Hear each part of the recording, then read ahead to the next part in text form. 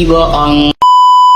Aku hanya memikirkan satu peraturan penting. Kenapa kau lakukan hari ini kalau kau bisa melakukannya besok? Hahaha. Few moments later.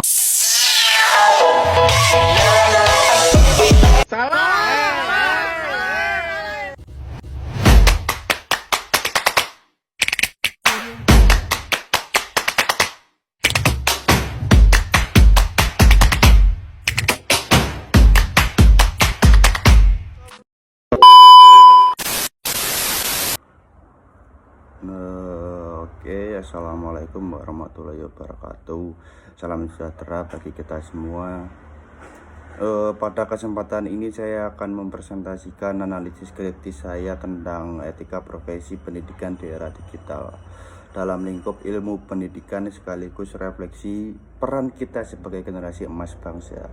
Sebelumnya, perkenalkan, nama saya Alvan Dikair Perwanto dengan NIM akhir 136. Ngomong-ngomong soal etika profesi dalam pendidikan, saat ini pendidikan sedang berada di tengah arus digitalisasi yang sangat cepat. Hampir semua aspek pendidikan bersentuhan dengan teknologi, mulai dari proses pembelajaran, penilaian, administrasi akademik, hingga komunikasi antara pendidik dan peserta didik.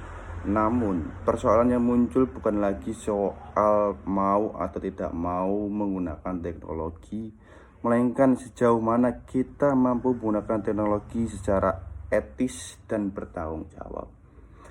Karena jika pendidikan hanya fokus pada kecanggihan teknologi tanpa memperhatikan etika profesi, maka yang terjadi bukan kemajuan, melainkan krisis nilai dalam dunia pendidikan atau kemunduran.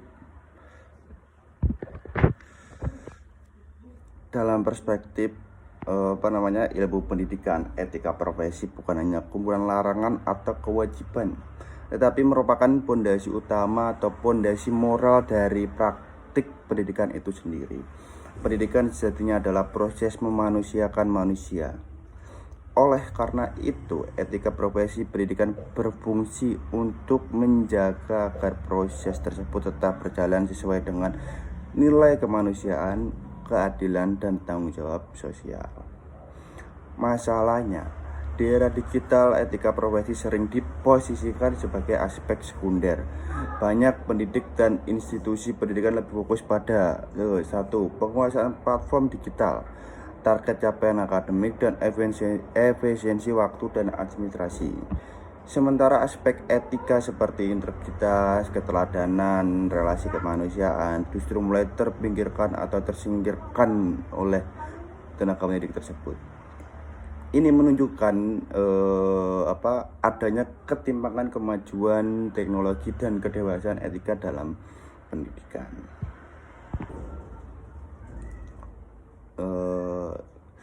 Tidak dapat dipungkiri di era sekarang yang kemajuan teknologinya sangat pesat, sangat bertumbuh cepat, kayak lebih dominan ke teknologi digital.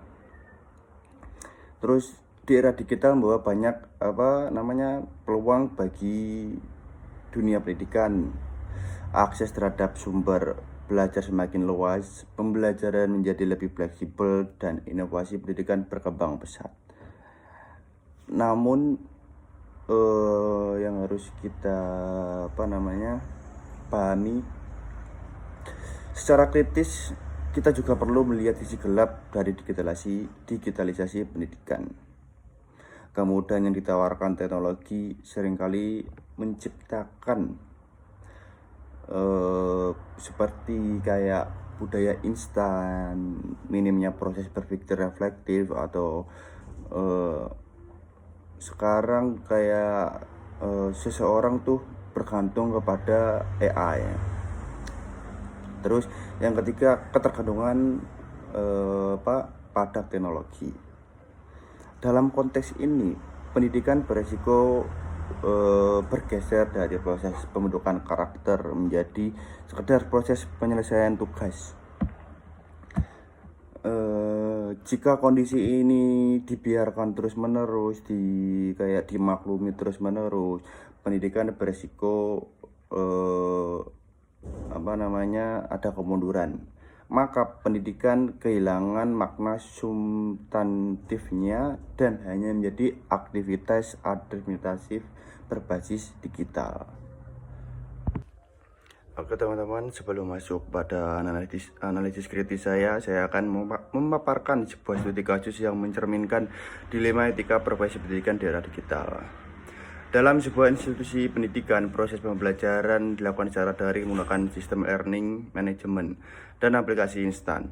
Untuk memudahkan komunikasi, seorang pendidik membuat grup kelas di media sosial yang berisi peserta didik. Seiring berjalannya waktu, komunikasi dalam grup tersebut tidak lagi sebatas urusan akademik. Pendidik sering mengirim pesan di luar jam belajar, membagikan konten yang bersifat personal, serta memberikan respon berbeda kepada peserta didik tertentu. Di sisi lain, dalam proses penugasan, pendidik menyadari bahwa sebagian besar tugas peserta didik memiliki kemiripan yang tinggi dan terindikasi menggunakan bantuan teknologi digital seperti AI. Namun, pendidik memilih untuk tetap memberikan nilai tanpa menindaklanjuti secara tegas, dengan alasan keterbatasan waktu dan tuntutan administratif. Selain itu, beberapa hasil penilaian dan data pribadi peserta didik pernah dibagikan di grup kelas tanpa penyamaran identitas dengan tujuan transparansi. Terus juga permasalahan etis dalam kasus.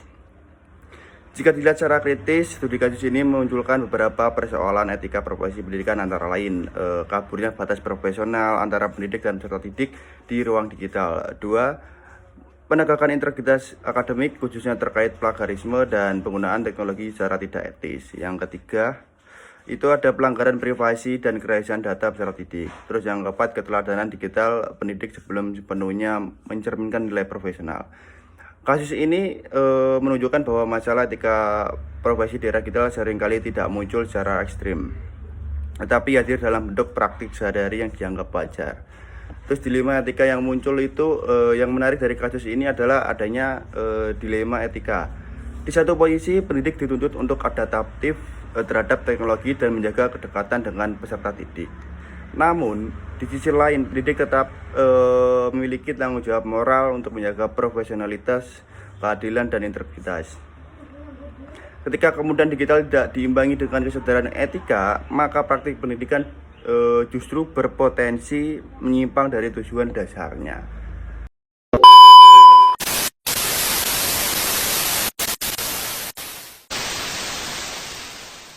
Mungkin saya di sini akan langsung membahas analisis kritis tentang etika profesi pendidikan di era digital. Yang pertama mungkin yang tidak bisa kita pungkiri, yang tidak bisa kita hindari, yaitu menurunnya integritas akademik sebagai masalah struktural. Plagiarisme di era digital bukan hanya persoalan individu, tetapi sudah menjadi masalah struktural dalam pendidikan. Ketika sistem pendidikan lebih menekankan nilai dan kelulusan daripada proses belajar, maka praktik tidak etis justru dianggap wajar. Lebih kritis lagi jika pendidik tidak konsisten dalam menegakkan kejujuran akademik, menormalisasi praktik copy paste, terus mengabaikan pendidikan etika akademik, maka pendidikan justru sangat gagal menjalankan fungsi moralnya. Terus yang kedua itu ada relasi kuasa dan etika komunikasi digital.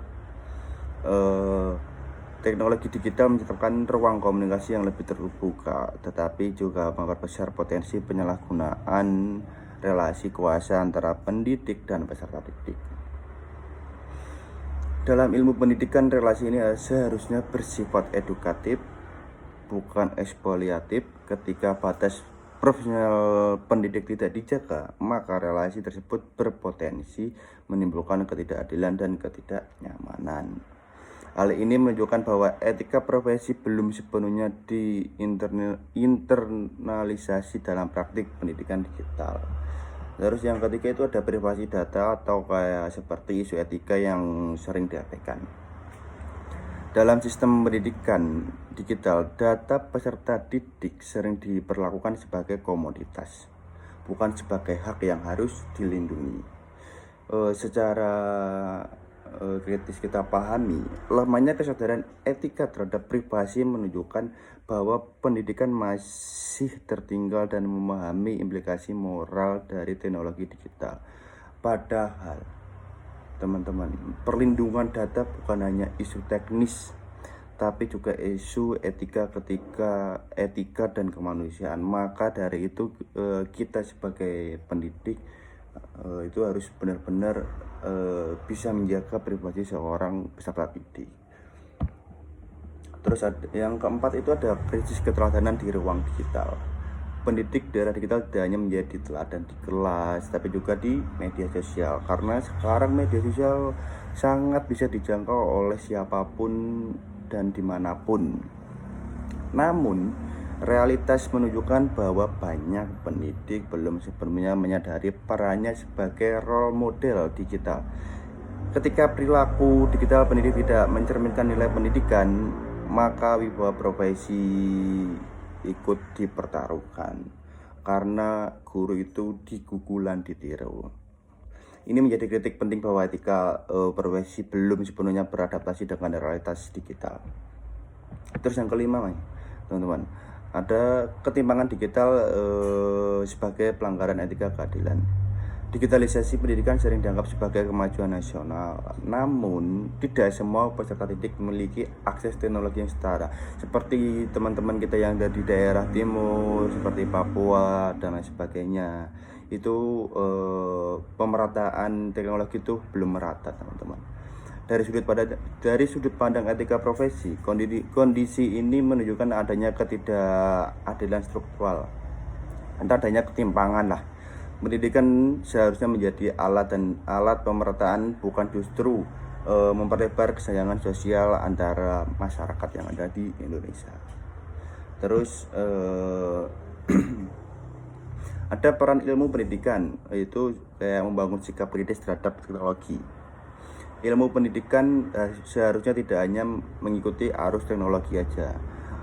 Kayak maksudnya tuh kayak bukan hanya cuma ngikut aja gitu, tetapi juga mampu mengkritisi arah dan dampaknya. Pendidikan harus menempatkan teknologi sebagai alat, bukan sebagai tujuan. Tanpa landasan etika profesi, pendidikan digital hanya akan menghasilkan generasi yang terampil secara teknis tetapi miskin nilai moral.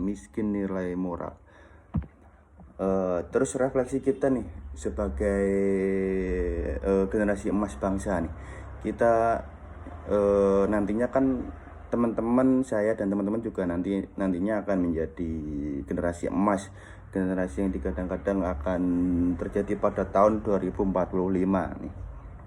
Sebagai generasi emas bangsa, kita hidup di persimpangan antara kemajuan teknologi dan tantangan moral yang sangat ketat di dunia. Kita dituntut bukan hanya untuk melek digital, tetapi juga melek etika. Generasi emas bukan generasi yang mampu mengoperasikan teknologi, tetapi generasi yang mampu menggunakan teknologi secara bertanggung jawab, menjaga integritas akademik, menjadi teladan etika di ruang digital. Refleksi ini sangat penting banget, teman-teman. Karena apa? Karena masa depan pendidikan Indonesia sangatlah ditentukan oleh kualitas etika generasi mudanya seperti kita ini. Maka dari itu mungkin saya ingin mengajak teman-teman semua untuk melek akan perubahan digital. Terus juga kita juga harus pandai-pandainya itu kayak mensaring informasi-informasi yang belum diketahui kebenarannya. Dan juga kita tetap harus menjaga etika dalam berteknologi. Nah, sebelum penutup mungkin saya dapat menyimpulkan dari pandangan saya tadi terhadap etika profesi pendidikan di era digital, itu merupakan seperti elemen atau kunci dalam menjaga arah dan kualitas pendidikan. Digitalisasi tanpa etika hanya akan mempercepat degradasi nilai, Sebaliknya, dengan etika berbasis yang kuat, teknologi dapat menjadi sarana prasarana pembebasan dan pencerdasan masyarakat di Indonesia. Mungkin itu saja penjelasan singkat dari saya sebagai generasi muda atau generasi emas di tahun 2045. Demikian yang dapat saya sampaikan, kurang lebihnya saya mohon maaf apabila ada salah kata yang disengaja maupun tidak sengaja. Waalaikumsalam warahmatullahi wabarakatuh.